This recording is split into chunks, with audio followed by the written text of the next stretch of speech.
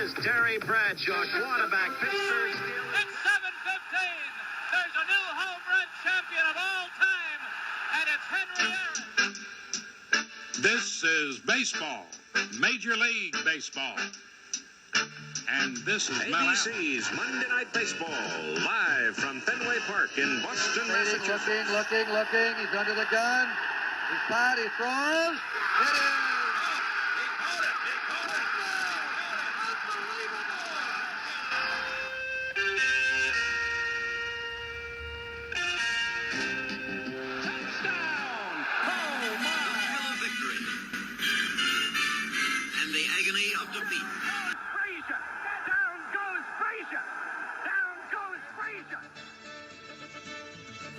Hello, everybody, and welcome to another Past Our Prime podcast where we look back at sports from 50 years ago through old issues of Sports Illustrated to help guide us to what was going on in December 1974, December 16th to be exact, in the world of sports. I'm Scott Johnston, one of the three hosts for the show, joined by the other two guys who helped make this happen, Bill Mahoney and Mark Hoffman. Hey, guys, got a special one today, don't we?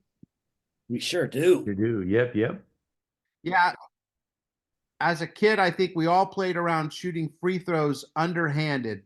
And that's because one of the greatest basketball players of all time did just that. And he did it very well. In fact, his 90% shooting from the charity stripe is fourth all time in NBA history. I'm talking about Hall of Famer Rick Barry. And Rick will join us in just a bit. So looking forward to that for sure. But there is another reason that this is a special one today. Care to take a guess why this show is special, guys? 50th? Yes. Oh There my we God, go. it's our 50th podcast. Wow. There we go. It is our 50th show. You know, we started this literally last October is when we really started kind of talking about it. But our first show was released January 7th of this year with Ed White being our first ever guest, followed up closely by Bob Thomas, who was a kicker in the NFL for years and years, and then became a Supreme Court justice in the state of Illinois. So we got off and running then, and we haven't stopped. Now, next week is the Sportsman of the Year issue, but the final Monday of the year, December 30th, 1974, there was no issue. So we'll be doing a look back at some of our favorite moments from the year. And honestly, for me, way too many to try and just pick a few, let alone one. But we'll do our best and look back at the year that was.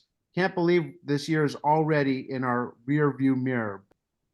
I'm going to say just one thing who won't make the list, but not for anything he did. We've basically been learning how to do this from scratch by trial and error with relatively few technical issues.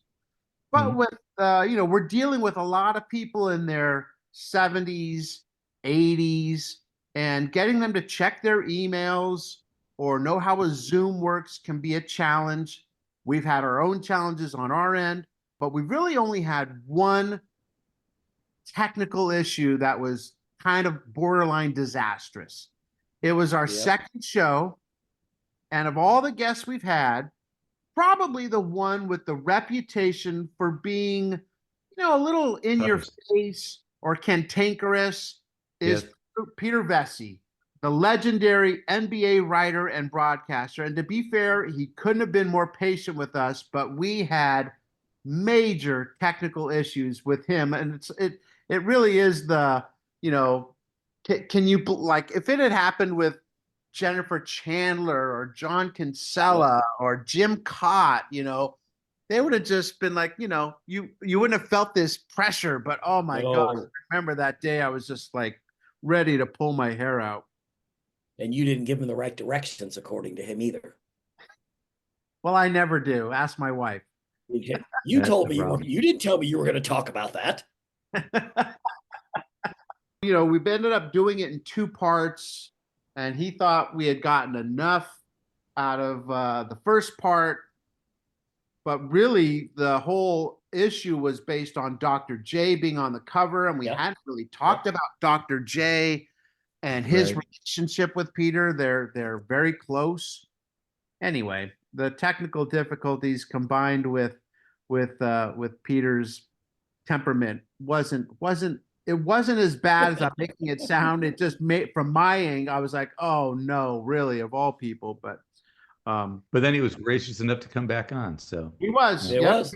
Took a little cajoling, but he did. And we always say in the business, I have to think that nobody listening had any idea that we had these issues, and Yep. that's the whole idea behind it. We'll just keep going till we'll fake it till we make it. But now they know, and you're in trouble. Now we know, and it's all Mark's fault. They're sending a hitman It is. after you. It is. Before we get to the scorecard and Mark's ad, I want to ask you guys a question. Another little blurb in Shop Walk about toys to get kids at Christmas time for 50 years. They're talking about games, lots of sports games, and Nerf footballs. Did you guys play with Nerf toys? Yes. I did, but not a lot. Yes. It wasn't. I did a lot. I did too, man. I love those Nerf footballs. I had the Nerf footballs that I would just drill my entire family with when they would walk by. Yep. Just bam. And then I had Nerf basketball that, if there was a Hall of Fame for Nerf basketball players back in the late 70s, I would have been maybe not first ballot, but I would have gotten in there at some point. I played a garbage can basketball with a small volleyball and a waste paper basket on a chair. Yeah, that was just as fun though, Mark. I remember doing things like that. Oh yeah, I make up NBA games. I pretend NBA. Yep. Absolutely. Or what about I love doing that.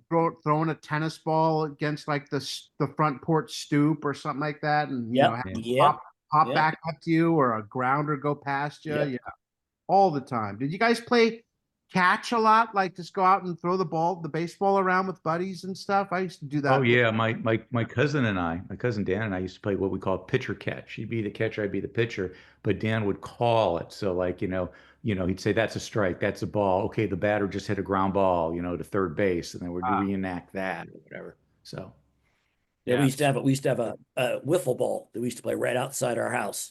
It would get against a wall, and there was a street that went up, a big hill street. So we had places. If you hit the ball there, it's a triple. Yeah, it was really fun. Really fun.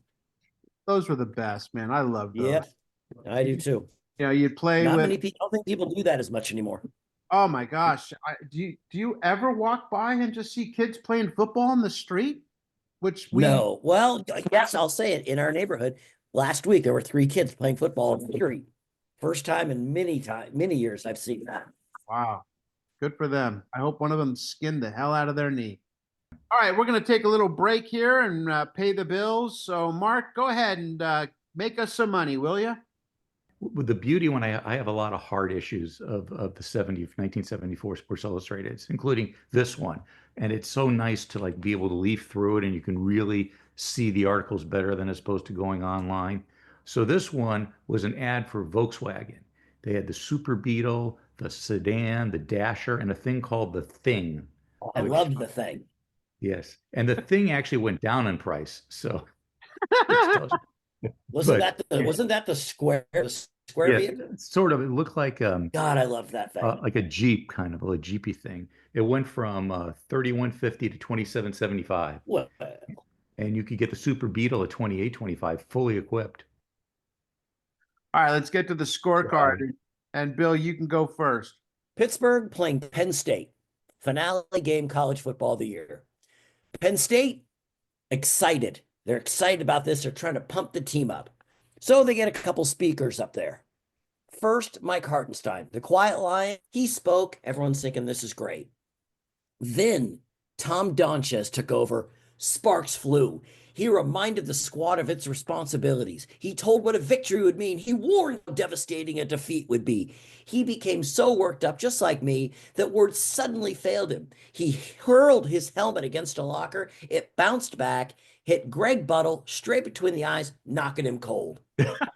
My God, said Coach Joe Paterno, we can't even get through the team prayer without an injury. I don't know. I think that was a pretty hard-hitting speech. Yeah, Very good. right. Very good. Good That's job, Mark. Very good. the original Hail Mary. Now, Yeah. did Sanchez have to apologize to Buttle, or did he understand? Well, he apologized, but he was out cold. So does that Yeah, count? yeah. It's free falling in the fall. Mark, what do you got? Well, I've got a great story here, and it's all about this Canadian golfer named C. Arthur Thompson, who is 105 years old. And he just, this is the great thing, 105 years old. And he gets a membership from the golf club in Victoria, British Columbia. They give him a lifetime membership when he's 105. That's going out on a limb. Yeah. It ended up being a 1 year membership because he died in 1975. But Not the great not thing, even 1 year. yeah, but the great thing about it is in 1973 he made the Guinness Book of World Records. He in 1973 was the oldest person to ever shoot his age. He shot a 103 in 1973 at the age of At the age 103. of, that's awesome. Wow. That is a great little Yeah, tidbit. yeah. So go see Arthur. Well, I think he went.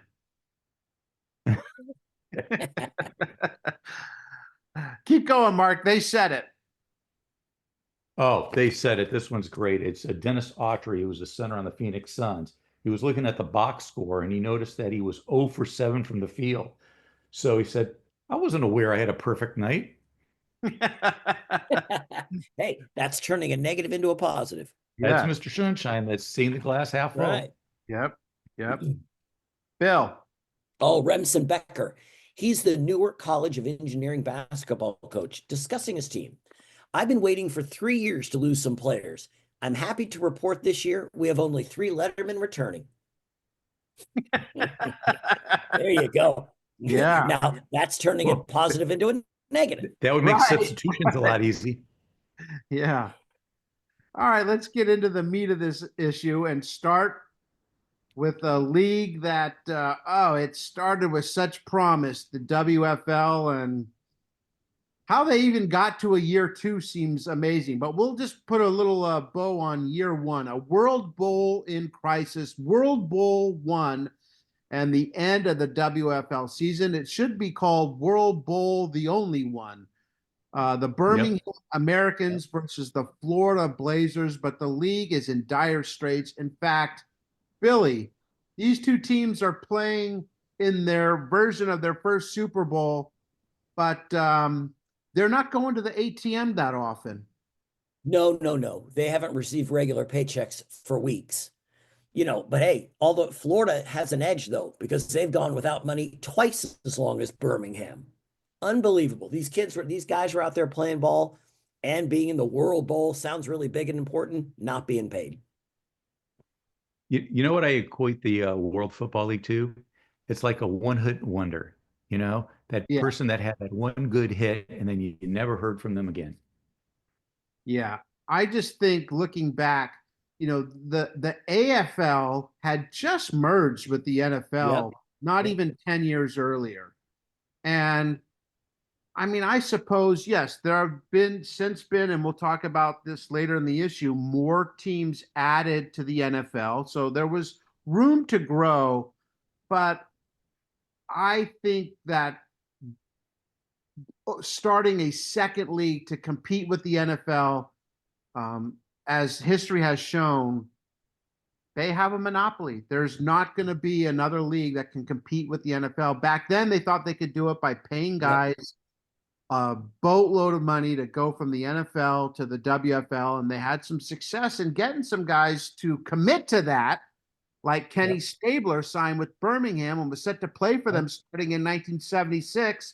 Instead, the Raiders QB is now suing Birmingham because they hadn't paid him any of his $30,000 bonus. So they just didn't have the finances. In fact, how about this? They suggested that the playoff teams have been chosen by placing collect calls to all the clubs and admitting those who accepted the call. So Do you remember that? Do you ever collect phone calls? Oh my gosh.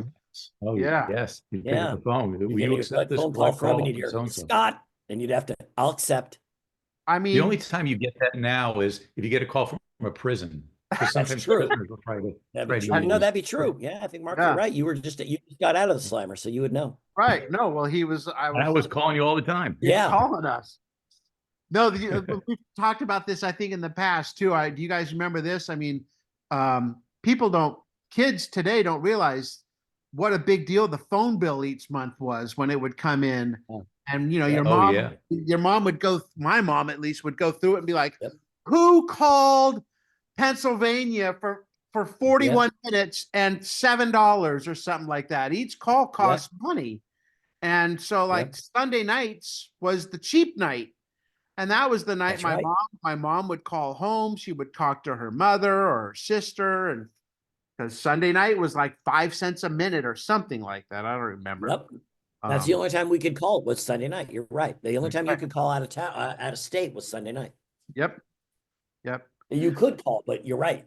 My mom did the exact same thing. You can't call your grandparents on Tuesday. Hey, Billy, they had some issues with toilet paper even in the WFL. They did. They talked about the coaches, Jack Gatta and Jack Pardee. They had to actually pay for things out of their own pocket. The Gatta, he bought his team a pregame meal. Pardee went one step further. He and his assistants took turns supplying toilet paper for their clubhouse. Oh my! They couldn't do anything there. And they even talked about that after the game, the sheriff deputies confiscated all of Birmingham's uniforms on behalf of a creditor. I mean, so by the way, Pardee had a really shitty job to do that. That's right. That's right. But I think the Florida Blazers, who were in the finals and lost to the Birmingham Americans, I think they hadn't been paid in weeks. I think their last check was like in September. You're right. They're in November playing the championship game. How did they think? I mean, they must have been like, oh, we got Zonka and Kick and Warfield coming.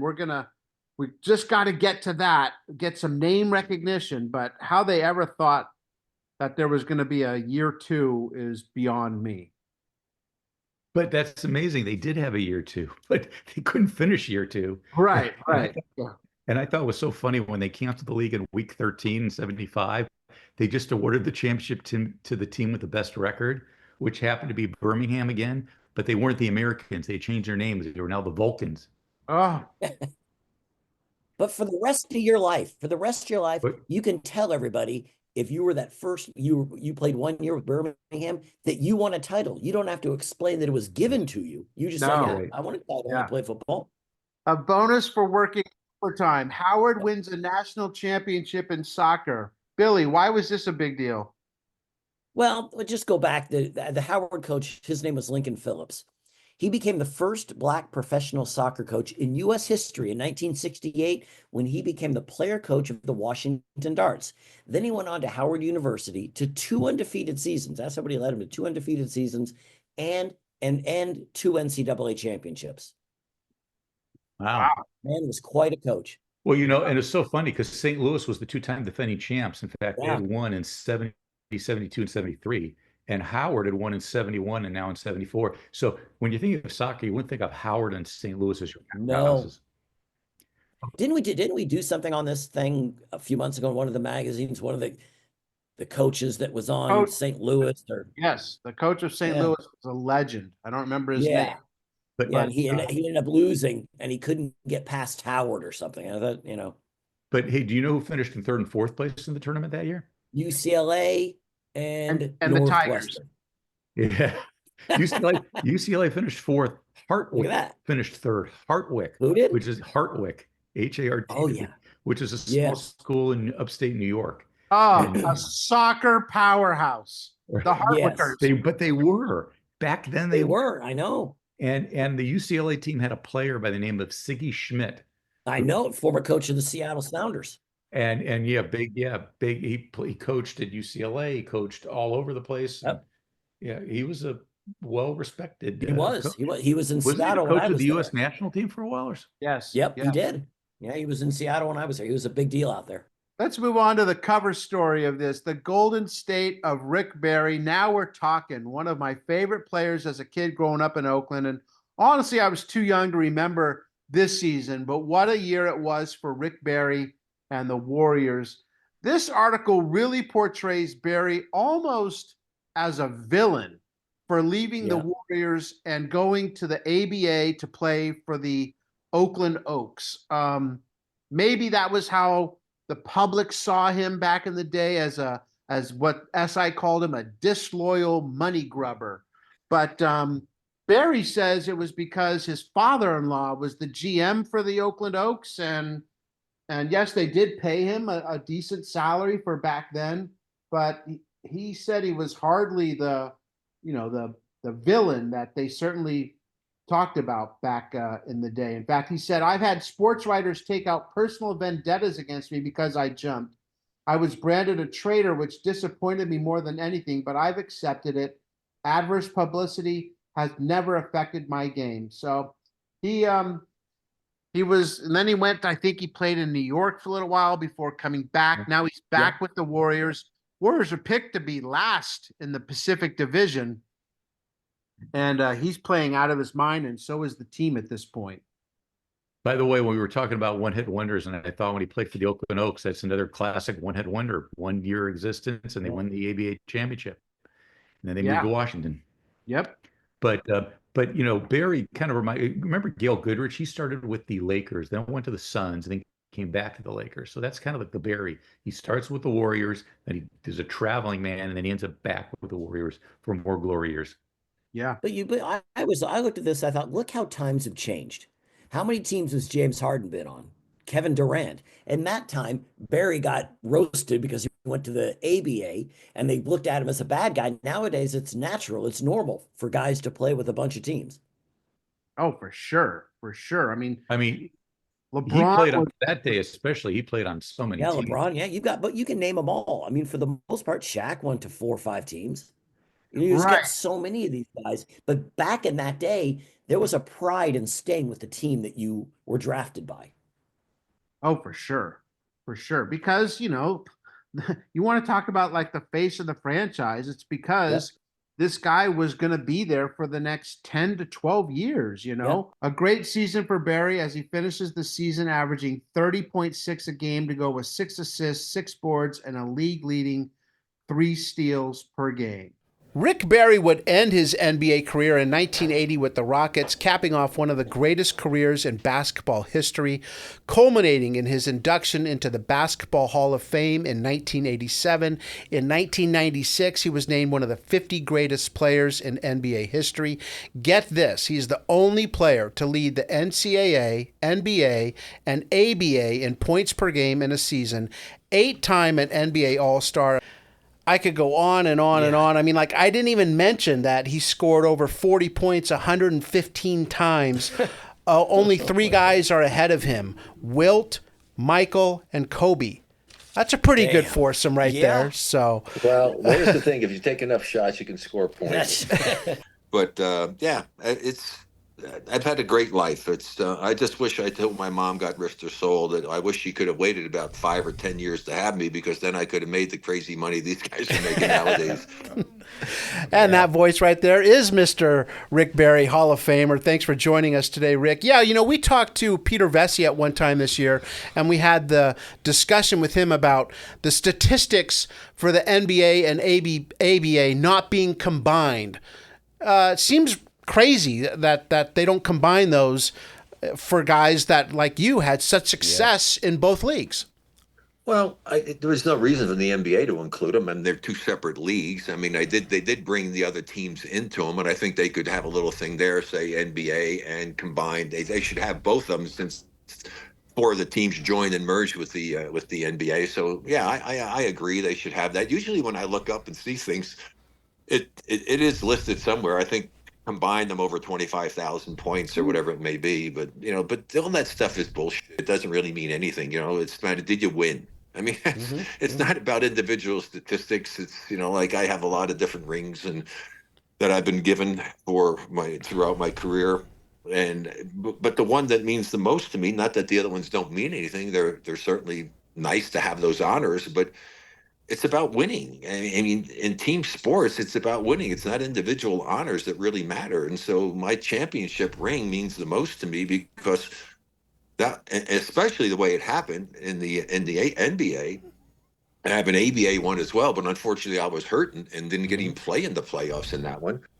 But we won in such an amazing fashion. It was just incredible. I mean, it's still the greatest upset, I think, in the history of major sports. I've told people, I said, look, try to find something that was as big an upset as ours. And they said, oh, well, the Jets winning the Super Bowl. Well, bullshit. The Jets were picked to be a good team in the ABA. Right. We weren't even supposed to be a playoff team. Right. And so then we get to the finals, and they're saying this is the biggest mismatch in the history of the NBA Finals. It's going to be a sweep. It's a joke against the Washington Bullets. And they got the sweep part right. They just got the wrong freaking team. And I'm just happy because finally, it's amazing to me. All of the documentaries you've seen happening in sports and talking about this team and those teams and whatever, nothing was done on our team. And finally, coming out next year, it's taken 50 freaking years. They're going to have a documentary about our team. And I'm really looking forward to it. I hope they do it justice because I tried to get some people interested in it. I finally had some people interested, but then my teammate, Charles Dudley, the Hopper, he had become a successful executive with Costco. And so he started doing something himself. And so I talked to him. I said, well, what are you trying to do? He said, well, just trying to get something done about our team. I said, great. He said, well, I'm hoping you'll participate. I said, of course I will. But I talked to the guy who's putting it together. And I said, look, the only reason I'm doing this, I want to make sure this is a story about my teammates and our team and what we accomplished as a team. I got recognition as the MVP, but the bottom line is that my guys didn't get the recognition they deserved. We epitomized what a team should be. It was like a college atmosphere. We were like a family, and we all cared about one another. We did things together, and it was an amazing accomplishment, and the egos weren't there. In fact, I talked to some teams over the years, and one of the things I say to the teams when I talk to them, I said, all right, before you start the season, take your freaking ego and stick it in the closet and lock it in there, because it's not about you anymore. It's about the team, and you have to be willing sometimes to sacrifice to do what's best for the team, and that's what we did. So it was a great experience. It was my fondest memory from individually.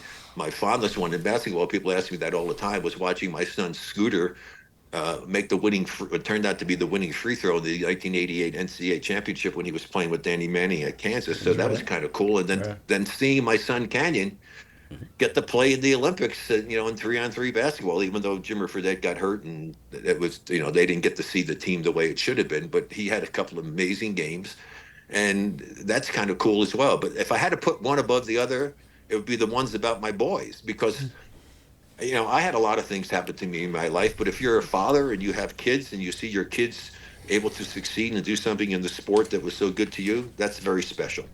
So as you can see, you guys don't have to fill out a lot of questions. No. You just text us when you're done, and we'll sign off. We were talking before this thing. We won't have to ask a lot of questions. We'll just say a name, and he'll run with it. But what's funny is you were talking about your kids, and there's not one kid you're proud of all your kids, but the fact that you and Brent are one of the few father-son duos to have both won an NBA championship has to be very special to you. Yeah, well, actually, I think we're the first father and son to do it in the modern era. The only one before that, I think, was Matt Gukas' father. That was before it was the NBA. I think we were the first father and son combination to actually, both of us, be on championship teams. And Brent had the good fortune of being on two of the teams in San Diego, so that was kind of cool. Rick, let's talk a little bit more about that 74 team, because as you mentioned, Sports Illustrated, they wrote, Rick Barry returns but can't do it alone, although he will probably shoot in clusters while trying. The future is bleak. You guys saw it differently, didn't you? And you're the captain of this team. When did you know this team could be a championship club? Well, interesting. I had never heard that quote before, so it just shows you. So that's good. That validates what I was saying earlier. Yeah. Nobody gave us any respect. You were picked to finish last in the division. Yeah. I mean, it's a joke. We weren't even supposed to make the playoffs. I mean, so I knew in training camp that we were going to be better. I'm not saying I knew then that we could be a championship team, but I knew in training camp that we would be a good team, and I felt that we would certainly be good enough to be a playoff team. When I thought we could win, I don't know if I thought, I said I thought we had a chance when we finally got into to play in the playoffs.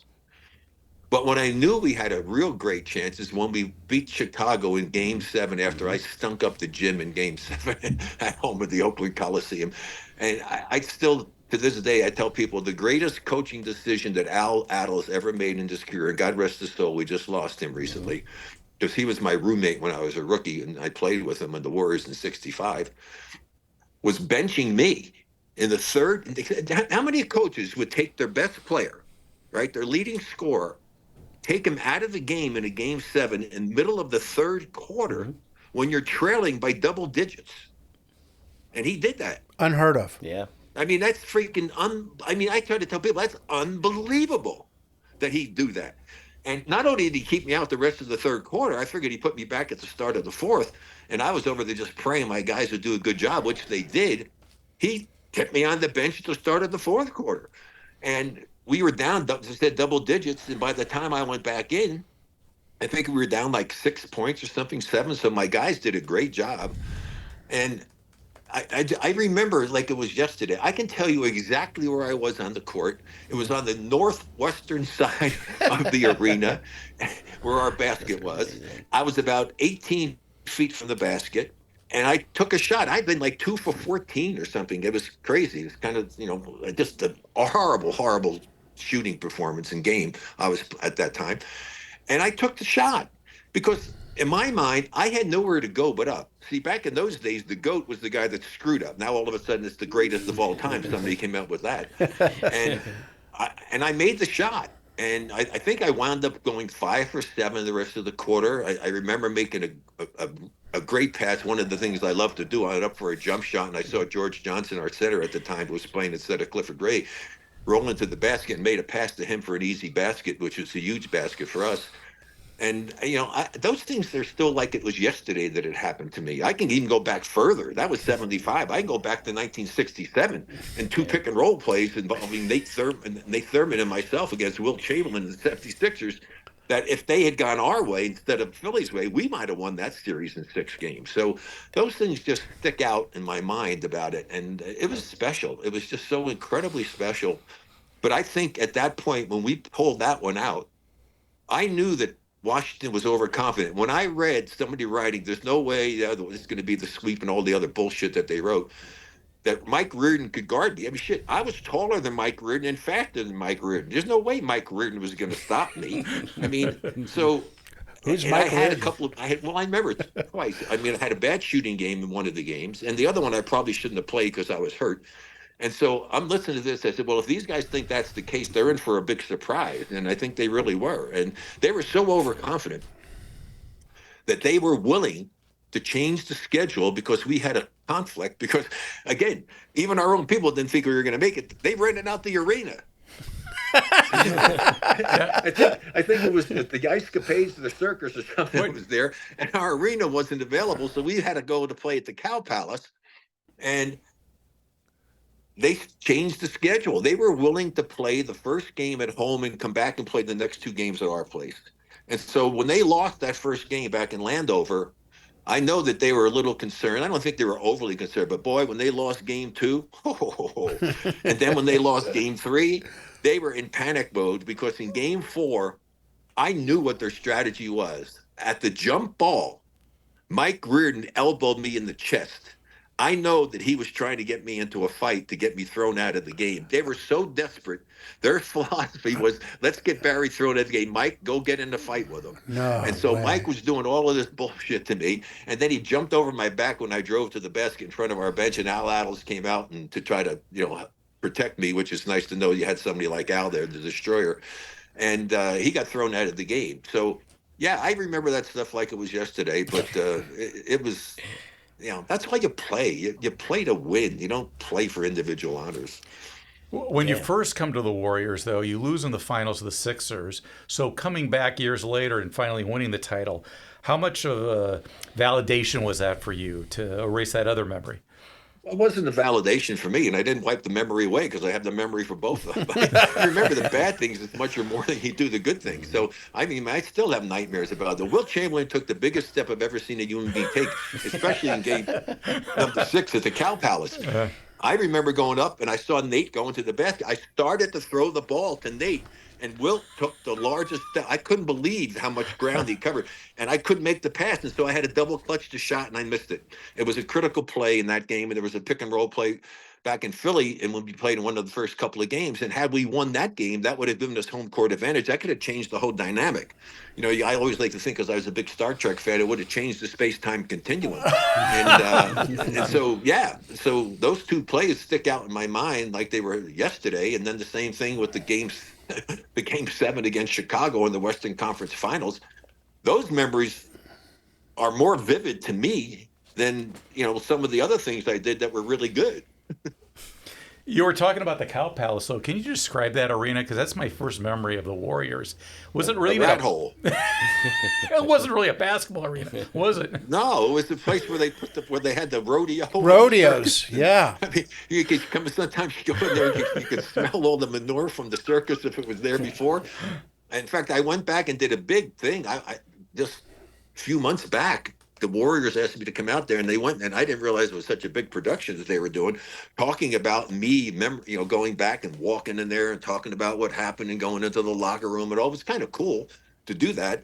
And yeah, so it was just not, it was a barn, almost like a big old barn. I mean, it's nothing like no fancy suites or anything like they have now. The locker room sucked. You were hoping that you had hot water and that the shower actually, had soap in it and things of that nature. It was pretty bad. Sounds a lot like the Oakland Coliseum. It does. I think. No. The Oakland Coliseum was a palace compared to that place. Well, when anything's called the Cow Palace, it sort of gives it away. That's what I say. How things change, right?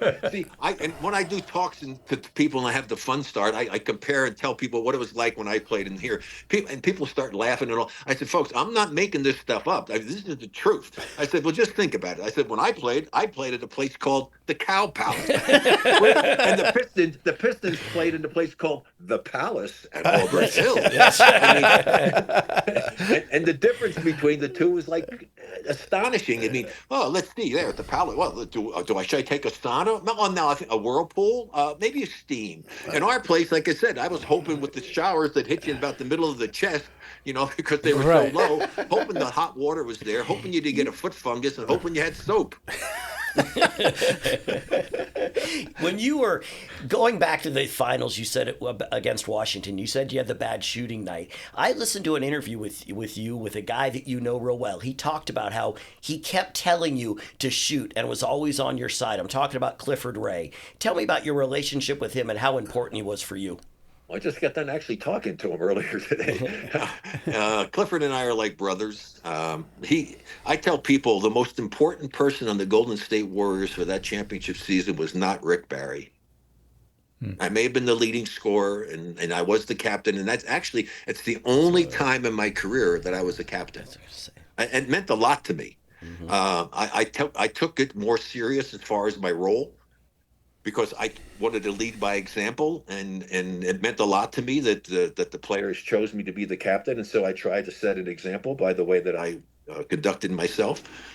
But Clifford was the hub.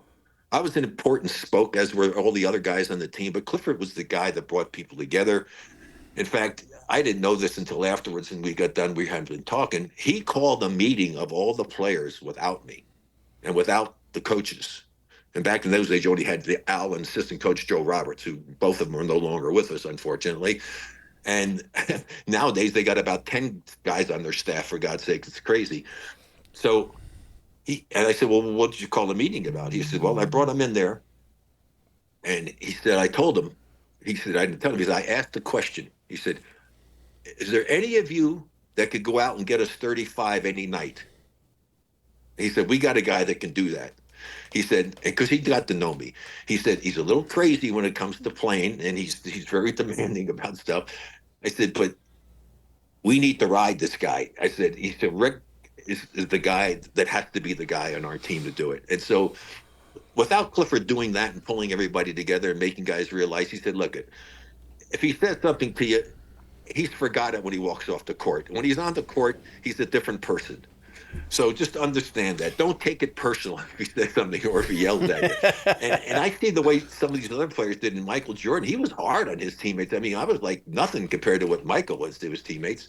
And so that was an important element. He brought everybody together, and then we became like a family, as I say. But Clifford Ray was the guy, tough guy. He would jump out on screens to guard the guards at times. I mean, he was the best. I think Clifford Ray and I were the best pick and roll duo ever in the history of basketball. There is no team that ran the pick and roll play as well as Clifford and I did. And that's no difference to Nate Thurman, who was a great friend as well. Clifford was unbelievable. I mean, he put himself in the right place so that I could utilize him. We had great communication. If I just nodded my head like that, I was telling him, roll with the basket. Your guy's in a shit position, and I'll get you the ball, and he'll go up and he'll dunk it. I mean, to dunk it with authority. Nate didn't ever want to dunk. He didn't like the idea of dunking because, I don't know, for whatever reason, he just was not a dunker. But Clifford was incredible, really good. And the one thing about that, just so your people who are listening can understand, when you hear people on television talking about it, and I even go nuts when I hear Jeff Van Gundy when he does stuff years ago when he first started broadcasting, and even guys today, somebody, well, he didn't set a very good screen. Well, let me tell you something. You don't set a screen in basketball. Doesn't somebody say you have to set a screen imply that you have to do something? Mm-hmm. You don't do anything. You're a stationary object. The key to pick and roll is the big man has to put himself in an advantageous position. For me, it's all on me. I have to then set my guy up and run my man into him, thereby making him a screener. And so if you're saying you didn't set a good screen, well, what happens if I do a crappy job of setting my guy up and I leave space? What happens? The guy moves. I got to set a screen. Mm-hmm. Well, they're lucky that the officials don't call that because it's one of the most abused violations in the game of basketball outside of carrying and traveling, which they don't seem to call very much of these days either. And I charted a game when I was doing broadcasting. I charted a game. It was at Chicago, Atlanta in the playoffs many years ago. 59 moving screens I would have called if I was an official. Wow. 59. You watch the game. Playing. Kevin Garnett, when he played, Kevin Garnett would have fouled out of almost every game if they called moving screens because his teammates didn't do a good job of setting the man up, and so the guy does it, he does a little movement. So unless you take a guy's head off, they rarely ever call the moving screen in basketball. Right. Draymond does a lot of those. It's like almost all the players do it because the players don't know how to do it properly. Seriously, I mean, it's one of the most abused plays in the game of basketball that is not run as effectively and as efficiently as it should be run. In fact, some of the teams when they run it, if I'm on the right wing, foul line extended, and I have the ball.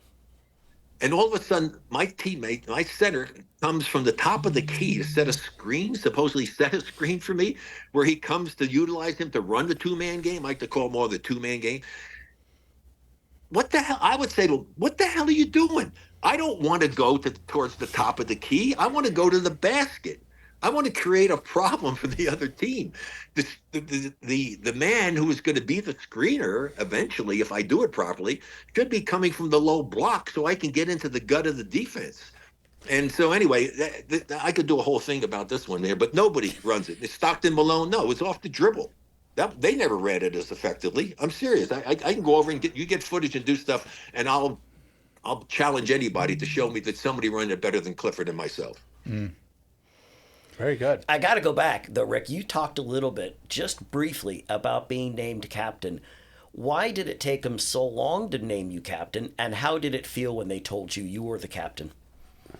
I don't know. I don't know. I mean, probably because I was always outspoken. I mean, I always had something to say about things. I was very demanding of myself, and I was not good about accepting mediocrity in people or accepting people who didn't give their best effort and learn from the mistakes that they made. And I mean, hell, I'll give you a quick story. It was unbelievable. Gus Williams was on our team after our championship year. I don't know why they got rid of Butch Beard, which cost us, I think, the championship.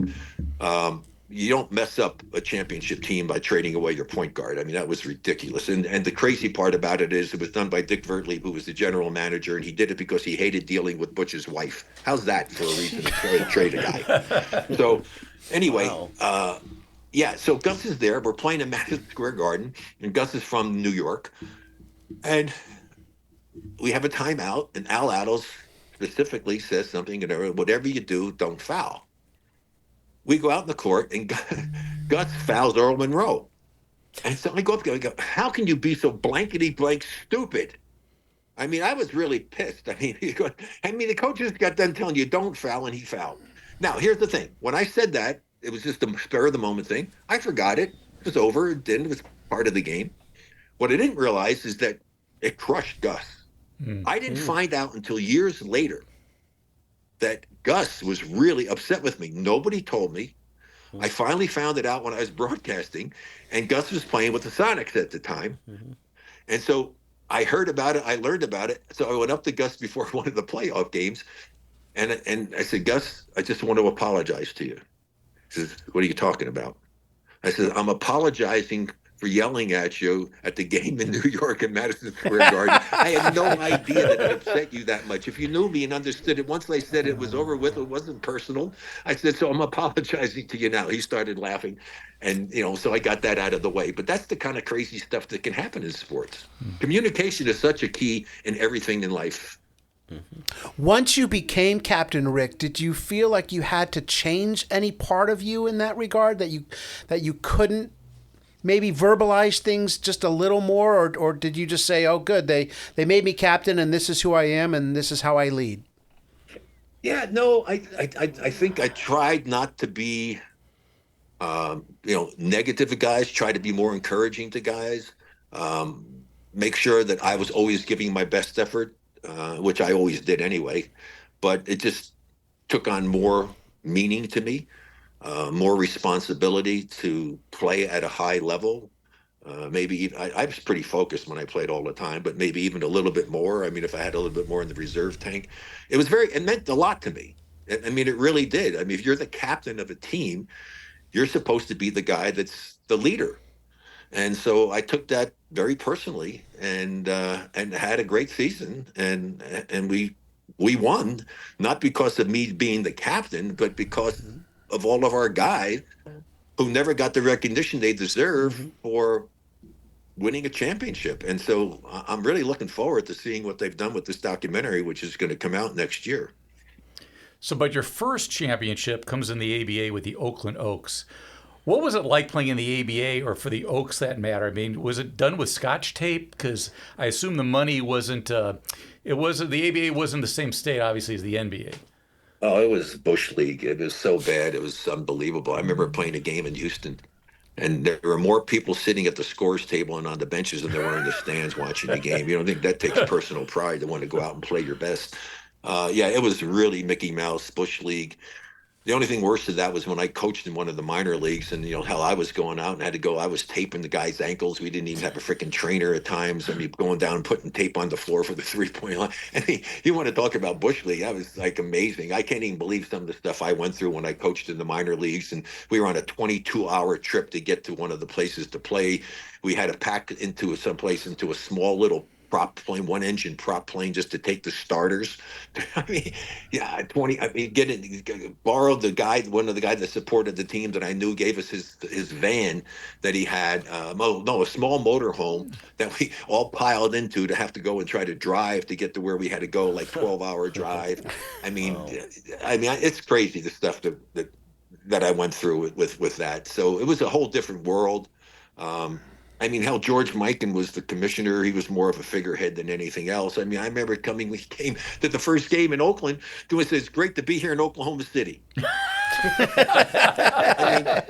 I'm telling you, I mean, I was at an all-star game, and the owner and the coach of a team got into a fight. And they ripped the arm sleeve off the suit jacket on one of them. I mean, trust me, it was almost... You say, no, that couldn't possibly have happened. Yeah, it did. It was almost like a script to a movie that was supposed to be some kind of a parody on what pro sports is like. So yeah, it was nuts. It was really nuts, even with the officials and stuff. I think I still hold the record. I got 5 technical fouls in one game. Oh, God. Well, that's not easy to do because you only get 2 and you get thrown out, right? Yeah. And that's because the officials, it was so ridiculous. It happened to be one of the guys. It was Norm Drucker, who was a former NBA guy who left and came to the ABA. And I appealed it because he had no business giving me a technical foul in the first place. And then he just went crazy, gave me another one. And then so this is crazy. So I got him. I wouldn't leave. In fact, Lou Carnesec was my coach when I was with the Nets.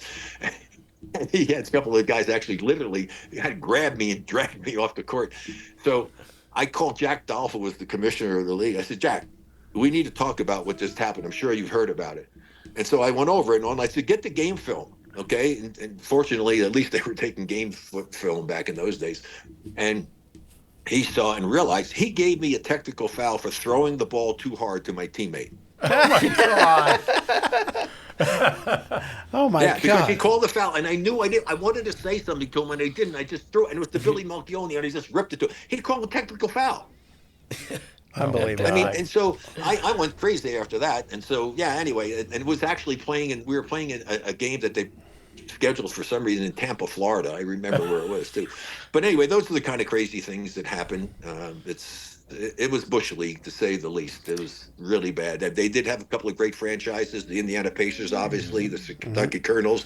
Artis Gilmore was there. God, what an amazing player he was. I can't believe that it took so long that they had to have an ABA committee to get Artis Gilmore into the Hall of Fame. This is a 2020 guy in college. I mean, some of the stuff that goes on in sports, and you know the story, football the same way. There was a guy on football, I heard the story, that he would vote against any player that had anything to do with the Oakland Raiders because he hated Al Davis. I mean, look how long it took for Ray Guy to get into the Hall of Fame because this guy and a few other guys felt players that were specialty players didn't deserve to be in the Hall of Fame. I said, why not? If they're the best at what they do, it's a specialty. Ray Guy was the greatest punter ever for a long, long, long time.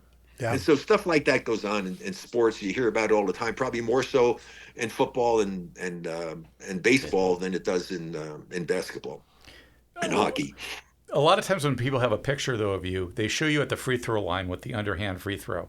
How did that all come about? How did you decide to do that? My father was a semi-pro player and coach. Back in those days, they shot 2-hand set shots and 2 hands underhand at the free throw line, a lot of them. And, he said, I think you could be a better shooter. And I shot 75%. I was about a 75% shooter overhand. And so I didn't want to do it for the same reason other guys do. I said, Dad, I can't do that. Girls shoot that way. Well, girls don't shoot that way now, so I don't know what the guy's excuse is now. I mean, how stupid is that you can't, if you can do better at the free throw line, it's the only part of the game that can be selfish and help your team. And so I didn't want to do it. He was relentless. So I finally, and I don't remember before my junior, senior year, I said, okay, all right, let's do it. So that summer I went out, he showed it to me, and I really gave it a sincere effort, obviously. And the more I did, I said, this is pretty good. And so I made the switch that season. And I remember the first game on the road. It was in Scotch Plains, New Jersey. And it's the second half. I'm shooting at the free throw line. Of course, they had quarters then, so it was the third quarter, I think it was. And the guy said, hey, Barry, you big sissy, shooting like that. I heard him clear as a bell. And I heard the guy next to him say, what are you making fun of him for? He doesn't miss. And so I was great from that point forward. And probably the best other story about the free throw thing is my son Brent did it, and he was shooting in the high 80s, and then for some reason he got mad at me wherever he stopped, but he was still 80-something% free throw shooter, so I didn't really say, that's if you want to do that, that's up to you.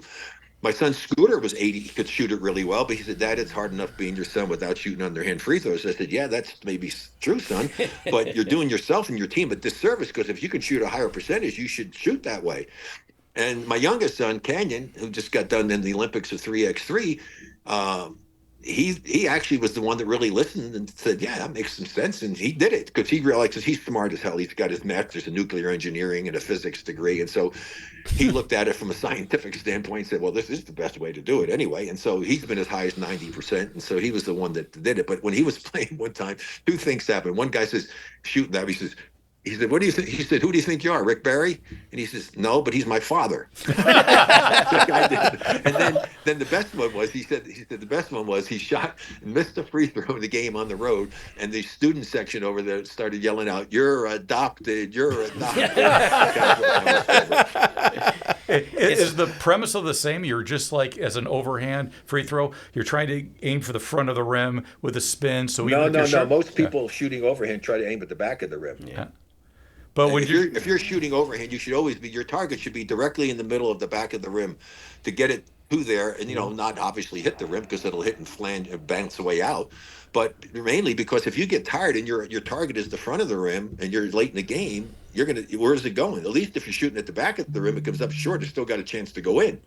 But if you're shooting at the front of the rim and you're short, you're in trouble. You're shooting an air ball, and you're not going to make your shots. Yeah, that was Shaq's way of doing it. How frustrating! It's just got to be so frustrating for him to watch the NBA nowadays. Guys hitting 55% of free throws. Here's the amazing thing to me that I do this all the time, hoping the word will get out, and maybe some executive will finally open up his eyes and realize how stupid it is.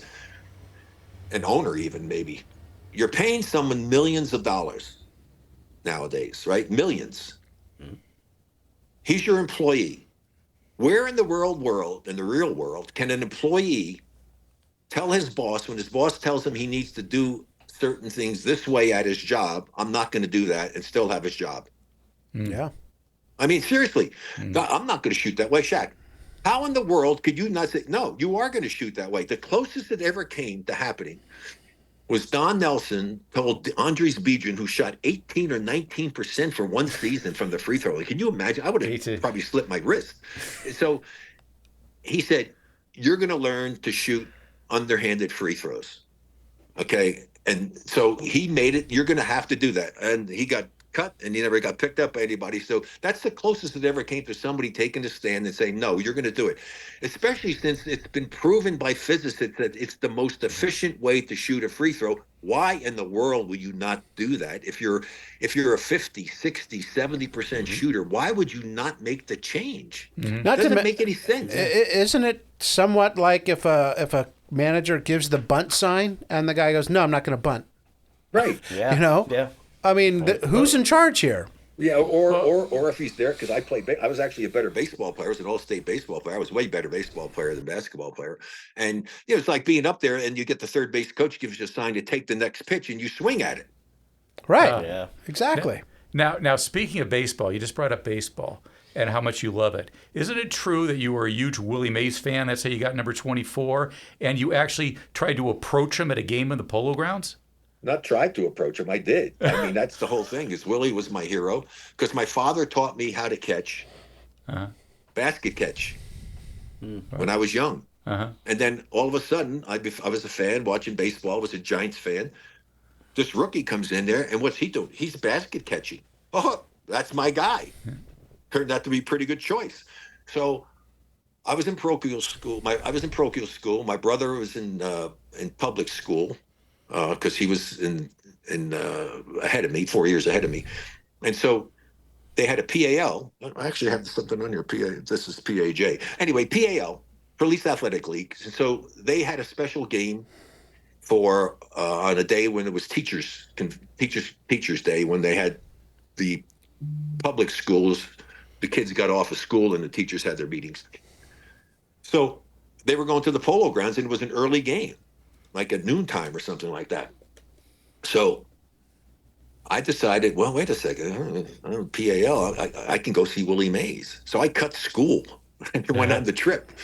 And so we're out in left field watching the game, the stands out there, and the game's over. And back in those days, the Polo Grounds had the clubhouse was in center field, and there were staircases going up to the clubhouses in center field. So I hung from the wall and dropped down and sprinted out to get Willie before he got to the stairs, shook his hand, sprinted back, and my friends, they pulled me up. The guards never caught me. Got on the bus, came home. I go into the house, and my brother happened to be there. He says, so how was the game today? I said, what are you talking about? I was at school. He said, no, you weren't. You were at the baseball game. I said, what are you kidding? I was at school. He said, no, I saw you on television. I said, what? He said, yeah, they zoomed in on this kid that jumped down the wall and ran out and shook Willie Mays' hand, and they zoomed in, and it was you. Oh, my God, don't tell Mom or Dad, will you? He didn't tell my parents. And then I said, but what a great world. So now what happens I wind up going out to play for the Warriors, and I become personal friends with my boyhood hero. I mean, holy schmoly. I mean, just think of that. Became personal friends with Willie Mays. In fact, Willie's guy calls me up and says, Rick, when he was retired, obviously, at the time, they were having an 80th birthday celebration because he was working for Bally's in New Jersey.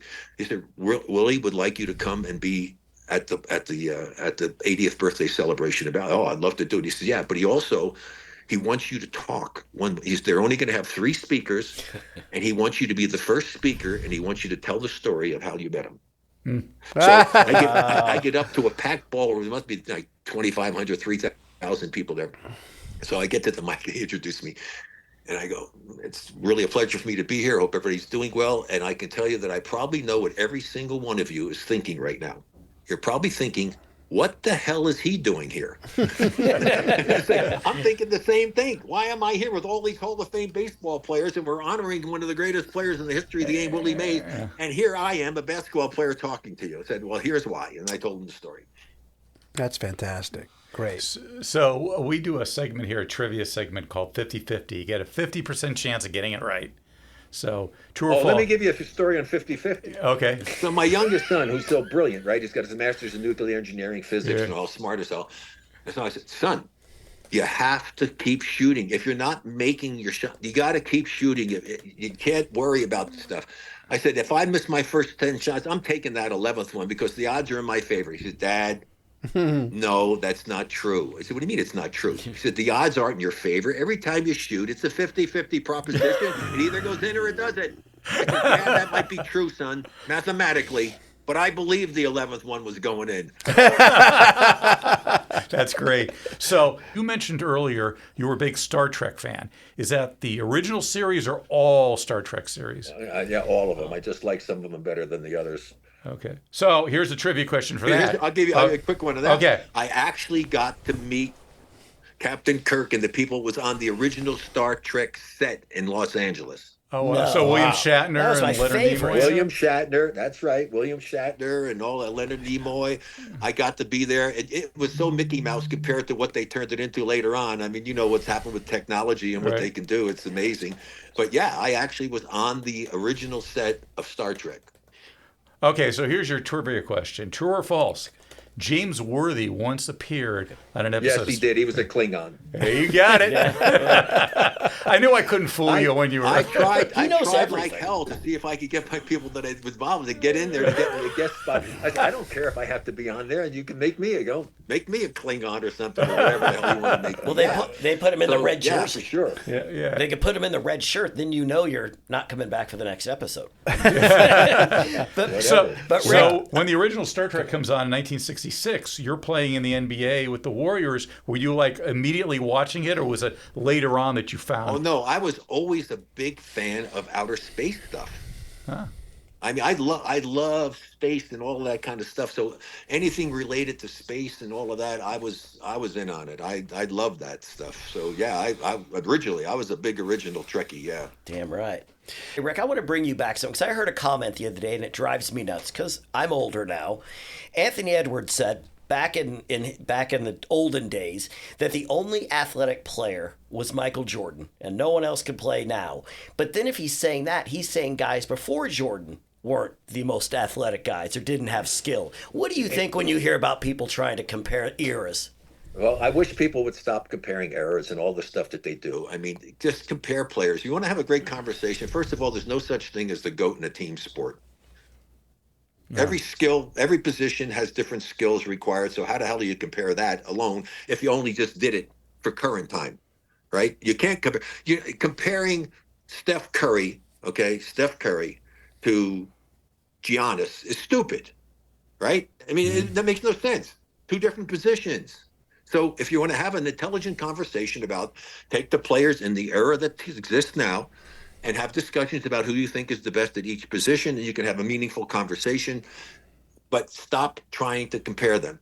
But even with that, how in the world can you possibly, if you are going to compare different eras, not have Wilt Chamberlain on your list of greatest centers. I mean, I heard one guy, I think it was Kendrick Perkins, who was a mediocre center at best. All of a sudden, there's some big star in this game.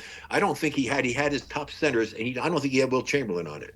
I mean, you got to be joking me. I mean, this guy's done things that nobody will ever do. They said records are made to be broken. No, these records will never be broken. You're never going to have anybody score 50 points a game for an entire NBA season. That's insane. Right. That's absolutely insane. Average over 48 minutes a game. Yes, average over 48 minutes a game in one season. His career, they make a big deal. Like, the great rebound. His career rebounding average was 22.5 rebounds a game. Yeah. And he led the league in assists one year. He changed the game more than probably any player ever. Yeah, it's just. Well, yeah, he did, because he was taking off from the free throw line and just jumping on free throws. Yeah. So they changed that rule to stop that. Yeah, it's kind of crazy. But stop comparing people from the different eras. And for him, Edwards, to make, first of all, he's 20-something years old. Yeah. Okay, he's immature. You know, I used to think when people said I was immature in my 20s, what the hell are they talking about? When you get older, you realize you were. And so he made a silly statement. It makes no sense whatsoever, because I'm a hell of an athlete. All right, for him to say that, to think that I'm not an athlete, let's go. I'll take him on the pickleball court and kick his ass right now. You've lost that. You've lost that competitive edge. I see. I mean, seriously. I mean, to make a stupid statement like that is ridiculous. I mean, there was a lot of great athletes before. And here's the thing: I get this all the time. Rick, you guys would not be able to play with these guys today. Yeah. I said, are you on drugs? Do you really have any understanding of what you're saying? If I were playing today, I would be so much better, because when I played, we had nothing to help us. Zero. We didn't have a strength coach. We didn't have an agility coach. We didn't have a dietitian. I mean, it's unbelievable what is available to players today to help them get to be the best that they could be. I would be faster, and I was already fast. I was faster than guards. I'd be faster, quicker, and I was already quick. I would jump higher. I would have more endurance. I would be so much better if I was playing today than when I played in my day. I mean, I wish I could have a chance to come back and play today to see how good I could really be. You were pretty good. Yes, you were. Just a bit. Top 75 all time, top 50 all time. Yeah. I'm just curious, is there anyone today that you think can change the game? Because I know, like, when Magic came in the league... Steph Curry's changed the game. Okay. Yeah. And when Magic came in, obviously never saw a 6'9". Magic changed the game with size. In fact, anything. I told people, if I was younger and I would be a point guard. Right. Because they called me the first point forward, but I would want to be the point guard, because if you are the point guard on your team, you really control the destiny of your team. It's like the quarterback in football, right? I mean, how many teams win titles in football that don't have a great quarterback? Right. It's very rare that it happens that's not really great. Now, it does happen. Some teams are so freaking good defensively and have so many other great players that a good quarterback has been on some championship Super Bowl teams, but generally it's a great player. It's one of the great ones. You know, I grew up in the Bay Area. I was an A's, Raiders, and Warriors fan. And let me tell you, in 1974, there was no better place to be than Oakland for a kid in love with sports. Stabler, Biletnikoff, and the Raiders, Catfish, Vida, Reggie, and the A's, and Clifford Ray and Rick Barry and the Warriors, a championship team. It's as good as it gets. Rick, I want to thank you for sharing some of your day with us. We really enjoyed it. Thank you so much. It's an honor, man. Yeah, my pleasure. Always fun to talk about the sport that's been such an integral part of my life and such an important part of my life. So I wish all of your listeners and viewers all the best that life has to offer. Let's hope that we can get peace in the world, and we can get peace here in our country, and stop being so far on one side or the other side. It used to be, when I was growing up, because I hate politics, is that you can have an intelligent conversation about something and nobody get mad at you. Now you can't even have that. So come on, folks. Let's get together, do what's right for the people in the country. That's right. And we'll end it right there. Perfect. Amen. Thank you, Rick. Thank you so much. Bless you. All right, guys. Be well. Thank you. Bye-bye. Rick Barry, Hall of Fame hoopster, Hall of Fame talker. Yeah. Stories. That's history right I mean, there, that's why we go back 50 years, is to get these guys points of view on what happened back then, what made them a championship team. He said, that they were picked to finish last. Yeah. Right. And so they end up with a championship. I love that team. And I love, he's like Rocky Blyer, just that fire, man. Right. He looks like he'd go out right now and play and knock you down. Yeah. Just still has that. Well, we know he'll kick Anthony Edwards' ass in pickleball I now. know, right now.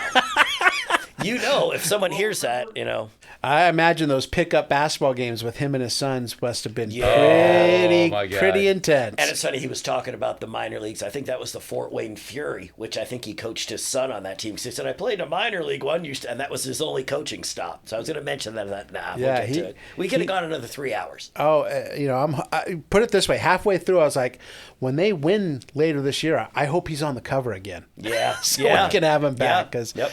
he just, you can great. just tell. Yeah. Great guest. Yep. All right, let's move on. Next up on the docket, his investment is going up. This is about Malcolm Forbes, the son of the founder of Forbes magazine and the publisher of the famous magazine, who loved to spend his downtime going up in a hot air balloon. And he was pretty well known for his antics written by in SI.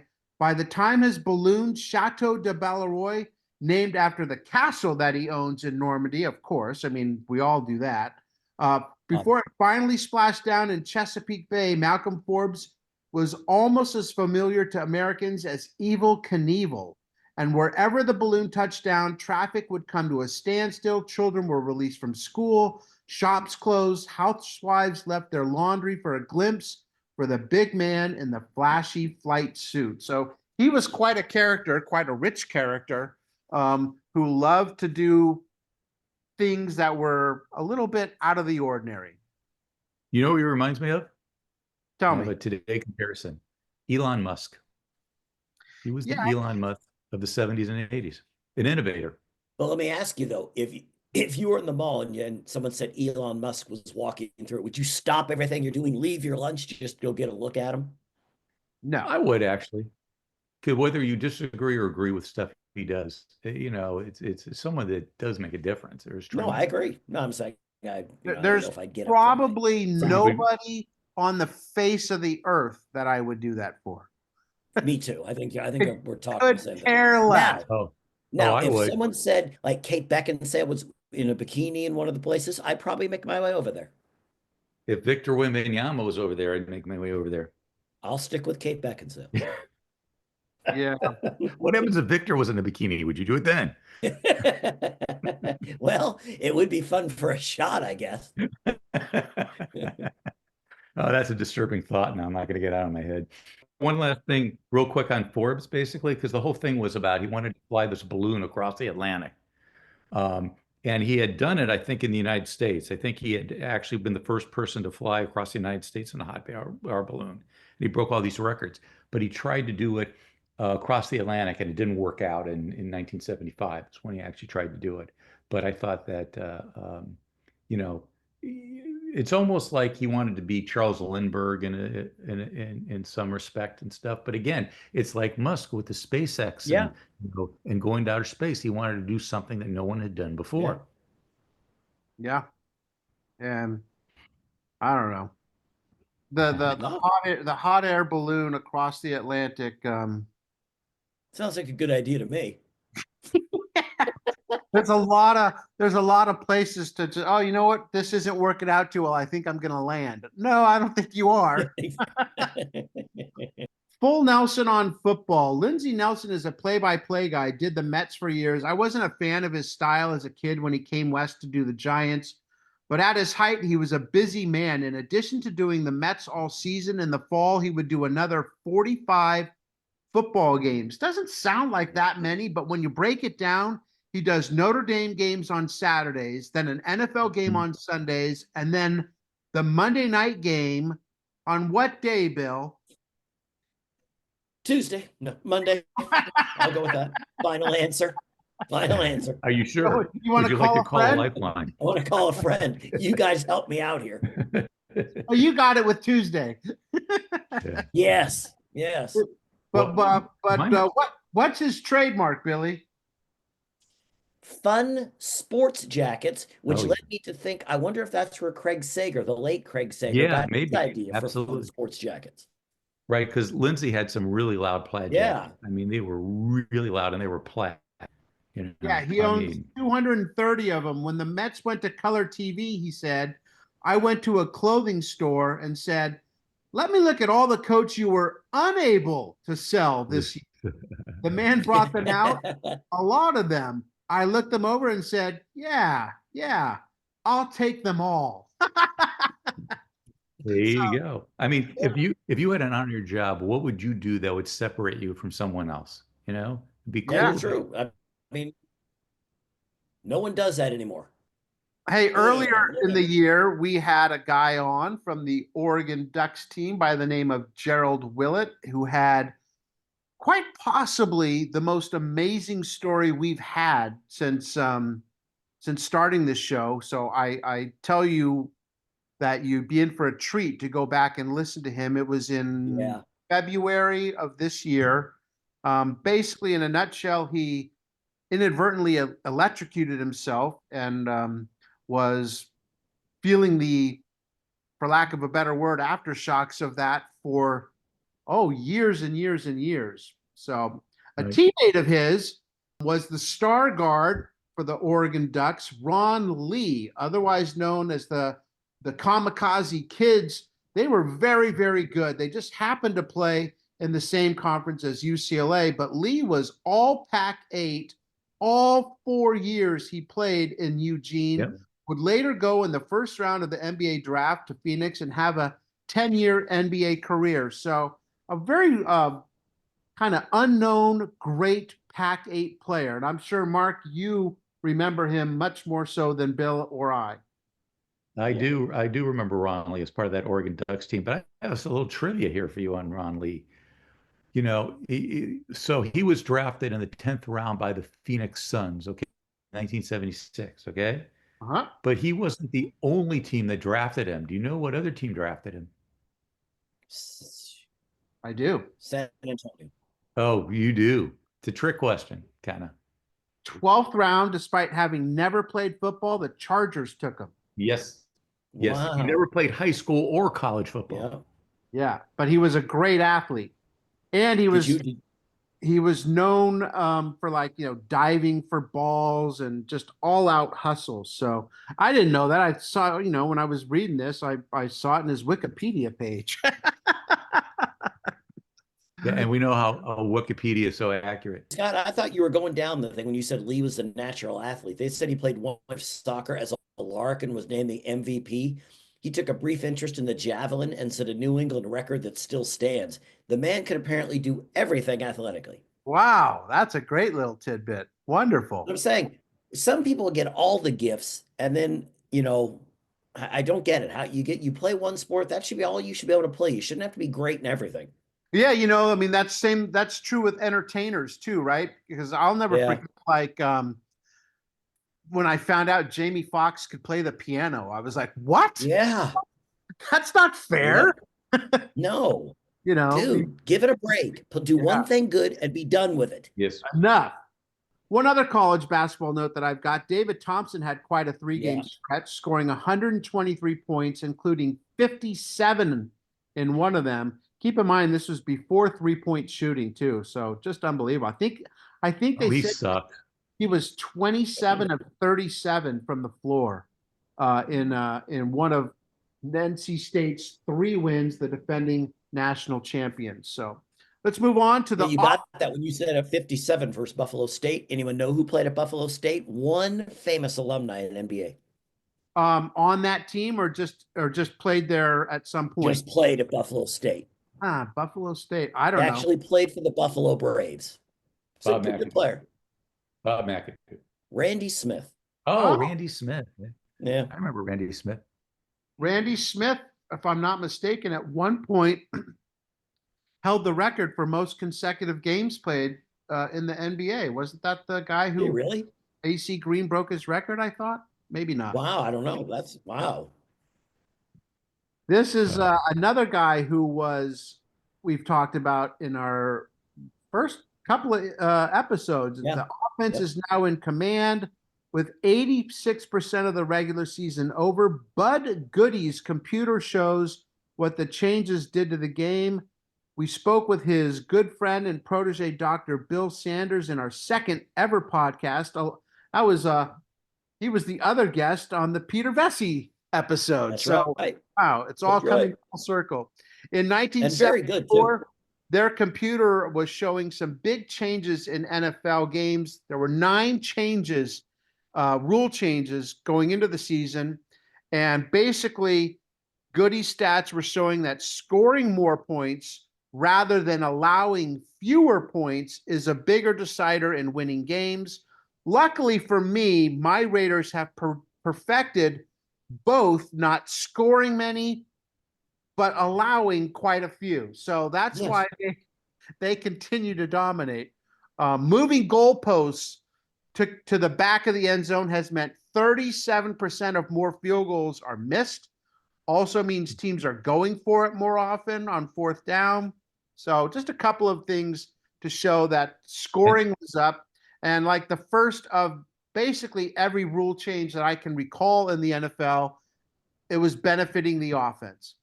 Now that's all it does. Yeah. There's rarely a rule that's like, we're going to help the defense out. What I don't understand is why did they have, because college always had the goalposts at the back of the end zone.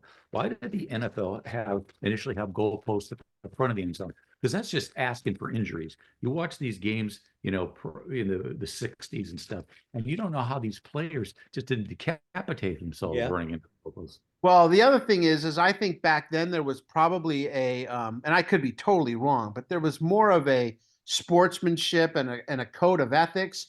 But now that if that goalpost was there, they'd be running pick plays where they'd be running guys right into the post, and they'd be like, oh, I don't care if the guy breaks his neck. I'm open. Coolest hand with a Q. Bill, Buddy Hall, the best pool player in the world, but he's relevant to the time we're talking about now, isn't he? He is. He was the winner of 100 professional tournaments in pocket billiards.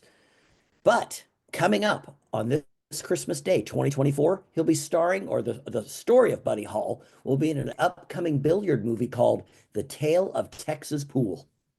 Who knew? And I'm sure that's interesting. If you watch people play pool and that are good, it's amazing. I watched a little bit of the Buddy Hall. He's incredible. Really? I mean, that's another guy that found what he was good at and parlayed it into success. Well, remember what was the guy's name? Was it Steve Miserak? Was that his name? That's right. Steve Miserak used to do those commercials for Miller Lite. Right. Even when you're showing off, right? And he'd pick up the Coors Light right as the ball would hit the Miller Lite. Yeah. Miller Lite. Yeah. Yeah. What I knew this guy, Buddy Hall, would be a great pool player because he's the perfect name for a pool player.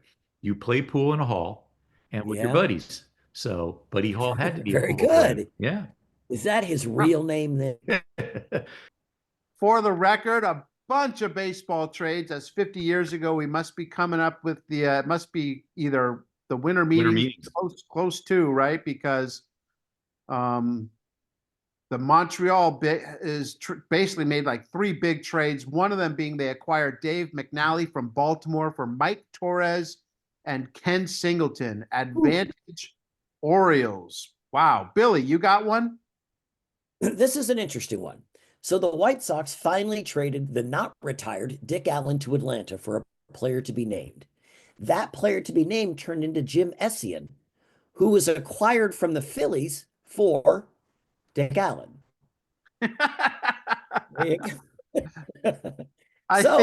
I think that's the circle of life, right? Yes. So, Jim Essien, there you go. I remember Jim Essien, catcher. Oh yeah, played for my A's in like the late 70s. Yeah. Here's another one. But I don't know. I don't remember if I looked. I don't know if Dick Allen actually played for the Braves, or at least not for long. I don't think so. Yeah, because I know. I mean, played for the Dodgers for a year. Yeah. But yeah. Del Unser goes to the Mets from Philly for Tug McGraw. I don't remember Tug with the Mets. I only pretty much remember him with the Phillies This is and the World Series. yeah, him throwing I his remember him stick with the to the Mets. sky. So that was And he'd hit his chest or something with his glove all the time. right. Yeah, he pat his chest. And Isn't his son Tim McGraw? Yes. So my favorite yeah. Tug McGraw story is I was at the Grammys, and during a commercial break, I think Jon Stewart was hosting it. He looks down at Tim McGraw and says, "Your dad was an awesome pitcher." Yeah, Oh, that's awesome. That is great. I think it might have been out of wedlock, and he didn't even know he was his dad till later on in life or something Yeah. to that effect. wow. Yeah. Well, he has Tim McGraw's best song, as far as I'm concerned, is "Live Like You're Dying," and it's about his dad. It's a great song. Oh, is it really? I'll look that up. I used to oh. do country music. Oh, And yeah. I was thinking Grown Let- Men Don't Cry is very good. He's got some really good ones.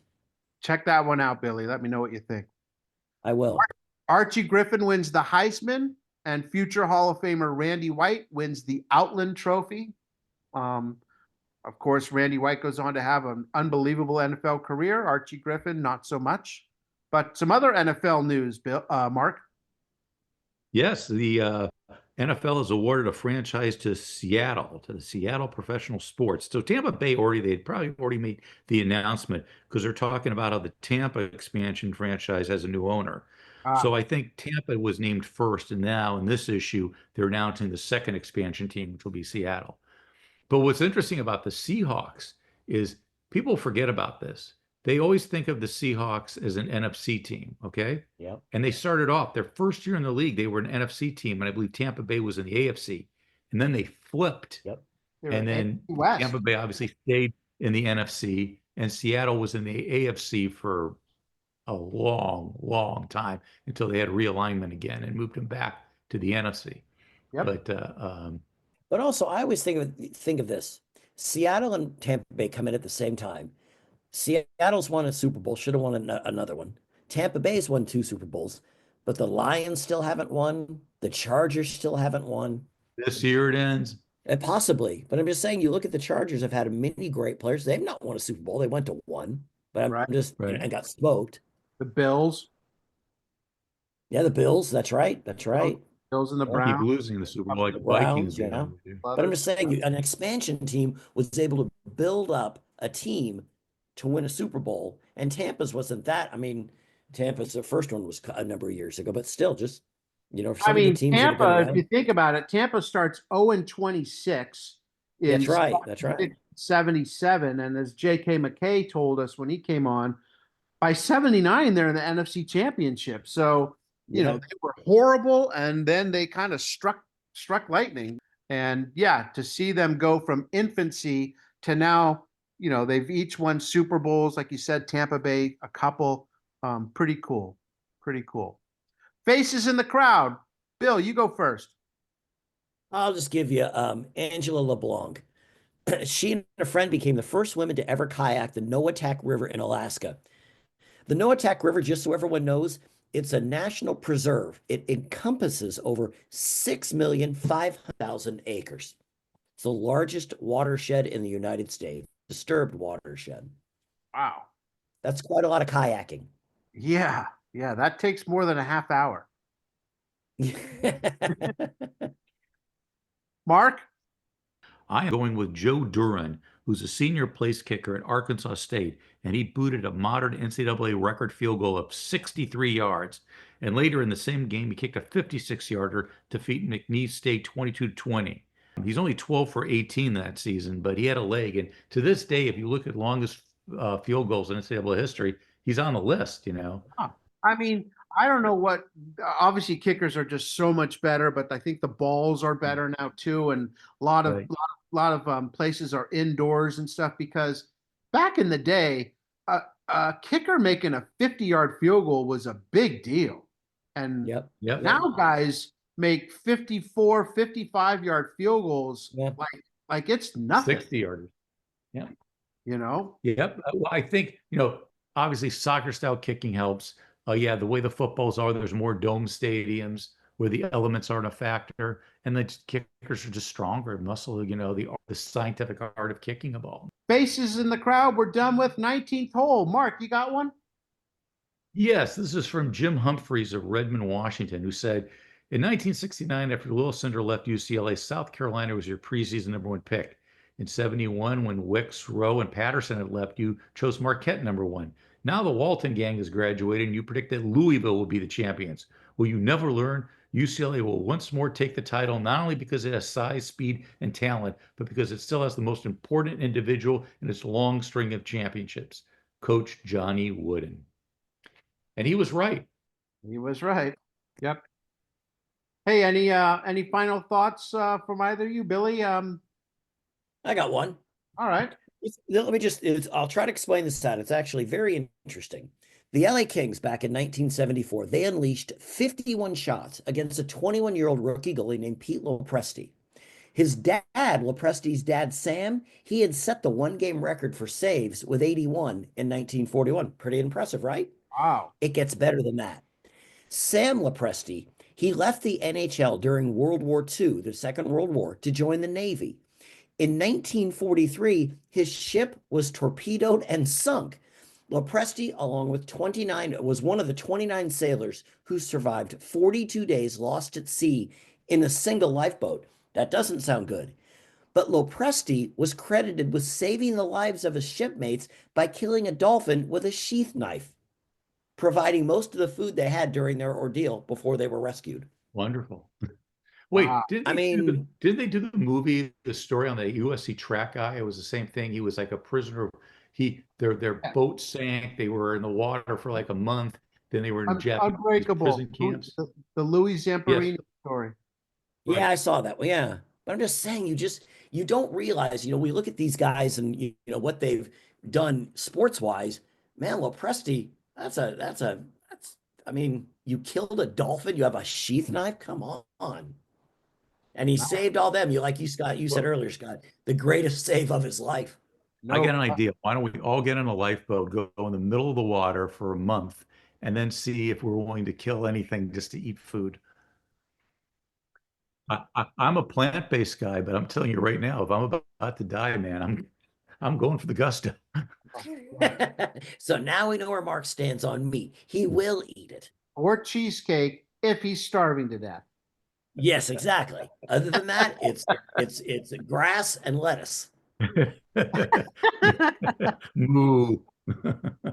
Want to thank one of my childhood favorites, Rick Barry, once again for joining us today. He is as entertaining off the court as he was on it. Really hopeful that we get to talk with him again sometime in the coming years. So for Rick, for Mark, for Bill, I'm Scott. Only 9 days till Christmas. Better get out there and get some shopping done, guys. And you know what? Only 9 days before Hanukkah. So get those shopping invitations. That's right. Wonderful. Enjoy your day. We are past our prime.